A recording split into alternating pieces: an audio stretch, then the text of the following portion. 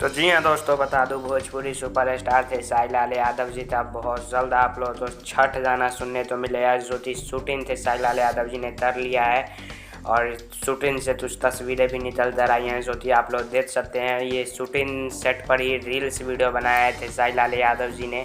अखिलेश कश्यप, संजय पांडे ये सभी नज़र आ रहे हैं इस वीडियो में और बहुत ही कमाल का गाना नचनिया तारन, इसी गाने पर ये रील वीडियो बनाया गया है छठ शूटिंग में। तो आप लोग ये रील वीडियो कैसा लगा कमेंट में ज़रूर बताइएगा। और दोस्तों बता दूं कि बहुत जल्द आप लोग 3 से 4 छठ गाने सुनने तो मिलेंगे, वो भी सारेगामा हम भोजपुरी यूट्यूब चैनल से। तो बहुत जल्द आने वाला है ये शूटिंग पिक है जिसमें थे साहिल लाल यादव के साथ में 2 एक्ट्रेस नज़र आने वाली हैं। आप लोग तो देखने तो मिलेगा बहुत जल्द सारेगामा हम भोजपुरी से। पवन पांडे जी का लिखा हुआ पहला गाना आने वाला है। तो आप लोग तैयार रहिए और जैसे ही पोस्टर आएगा मैं आपको ज़रूर बताऊंगा। तब तक के लिए जय हिंद, जय भारत, जय भोजपुरी, वंदे मातरम।